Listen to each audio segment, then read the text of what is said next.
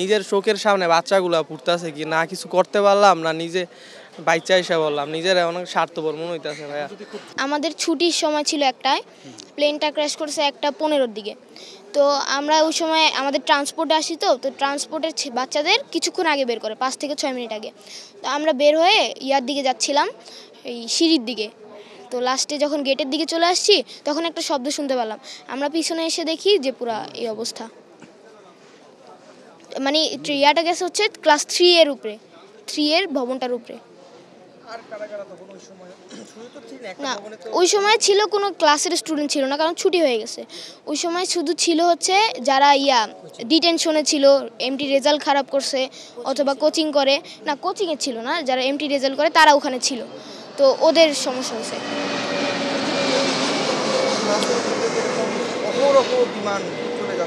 জি জি, হ্যাঁ হ্যাঁ। ক্লাস করতে ভয় লাগবে কিনা আসলে, মানে এমন একটা দুর্ঘটনা? জি, একটু তো মনের ভিতরে ভয় লাগে যে এমন একটা হয়ে গেলে এখন আরও বেশি হবে, যে উপরে দিয়ে যাচ্ছে, আমরা আবার হতেই পারে, এই কারণে।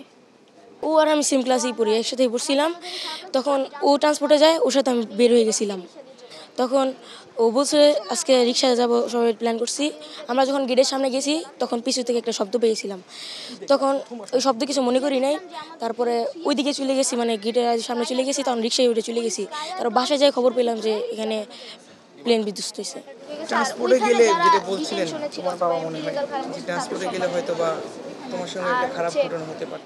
ট্রান্সপোর্টে মানে ওর সাথে ওর এক টাইমে বেরিয়ে গেছি, মিসটা বলছি, মিস কিছু বলে নাই, তখন বেরিয়ে গেছি।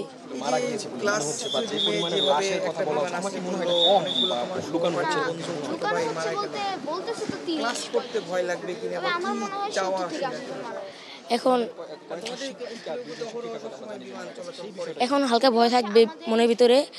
এখন বিমান গেলেও তো কিছু করার নাই, ক্লাস করতেই তো হবে।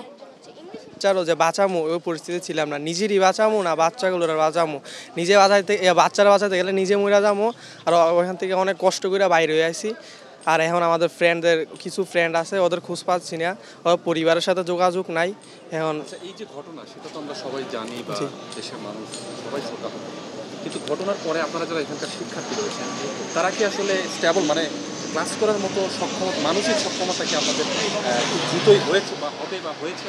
না না, আমি তো মনে করেন টানা যারা জি জি বাচ্চা আসছিল তারা ঘুমাইতে পারতেছে না, এরকম কি?